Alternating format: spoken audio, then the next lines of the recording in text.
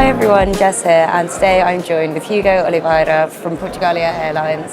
Thank you so much for joining me today. My pleasure, thank you for inviting me. Well, it's great to have you here. So firstly, you guys have a really interesting approach to training at the airline. Can you outline some of the immersive training? What's the concept and how does it look in practice? Well, we knew that we needed to do something about our training. Because in aviation, as much as in many other industries, training tends to be very repetitive. There's so much we can do with the content because it's very regulated. So if we can't move around the content, we can do something about the delivery of that content. That's why we look on other methods to deliver our training.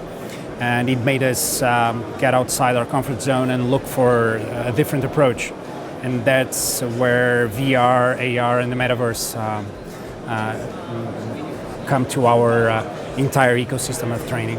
Absolutely. And then what are some of the benefits that you see from this revised model of training? The main goal is to create more engagement. We want people to feel curious about training and to feel that they're not going through the same thing the same way year after year after year. And so these new approaches create a little bit of a curiosity noise around our training.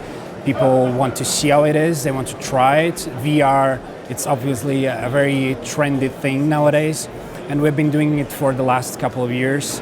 And it's been great so far. People feel curious, they want to try it, and we have some very good data supporting our choice that I'll be very pleased to present later on during the keynote.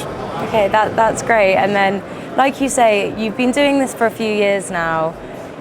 What were some of the challenges with its implementation or getting it implemented in the first place, or once it was up and running, what are the sort of learning bumps that you went through?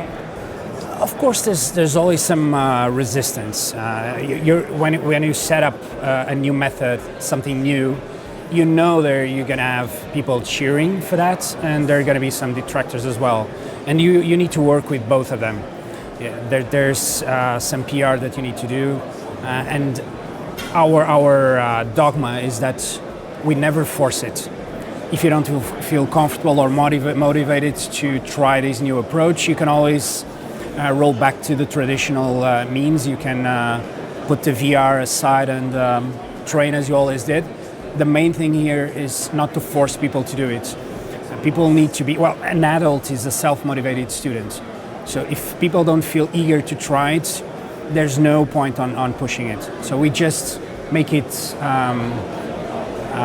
interesting enough so that people want to look it up and try it.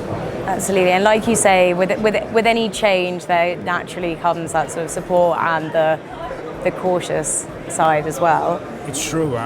We had to make our team grow in the technical support part, so we now have a bigger team supporting all this new technology in the training department, because you want to have someone always available to help our trainees dealing with the normal challenges that you have when you're trying something new and something so advanced. These are not simple technologies to use when you have never tried them. You know, when you're putting VR goggles for the first time, you're going to have some natural little struggles, and you want to feel that there's support there all the time. Of course, just some teething issues and the like. And then whether it's extended reality, sort of augmented reality, virtual reality, or anything else, how do you see embracing technology and innovation helping with some of the wider difficulties that we're seeing the industry struggle with? Being not a big company that we aren't, of course we have limited human resources, especially when something happens during the normal training, when you need to provide some additional training. Then there's a rostering challenge, there's a scheduling challenge, because I need to get an instructor from the flight to help a struggling student, and that creates a challenge. If you have a system that does support with AI, with self-feedback, and we can at the distance create this support to the student, and we don't need to get a pilot, an instructor from rostering to be there in the same room with the pilot, then it's going to be easier for us to deal with this additional training that was not scheduled and that creates obviously always some stress. So the new technologies are helping us with that. We are empowering our students to be able to study by themselves, but in a very capable way. Absolutely. And then looking forward, sort of what comes next? What other technologies do you anticipate changing the game when it comes to training and simulations? It's a personal belief. I really think that in 10 years, the big flight simulators as we know them today are going to be reminiscence of the past. I think technology is getting well advanced with AR, Metaverse, the goggles for VR, and then augmented reality are getting very light, very efficient, with very fast processing.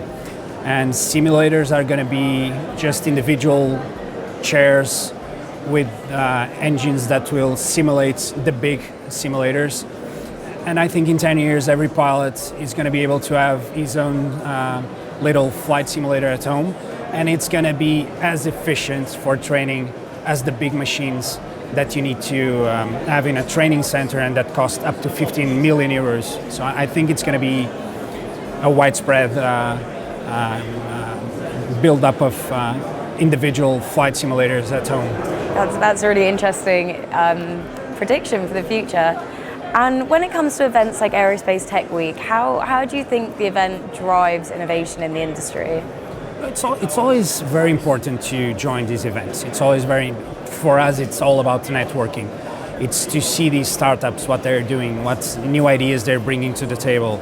And at Portugália Airlines, we always like to work with the new guys, with the underdogs, with the little companies, because they're much more flexible to work with. They're very eager, very motivated, and they have time to try new things. So for us, coming to Aerospace Tech Week and other major events next week, we're going to be on Watts in Orlando also for aviation training. It's fundamental to keep up with the game and to see what our benchmark companies are doing as well, and to try to be ahead of the game. Fantastic. Well, thank you so much for joining me today. My pleasure. Thank you.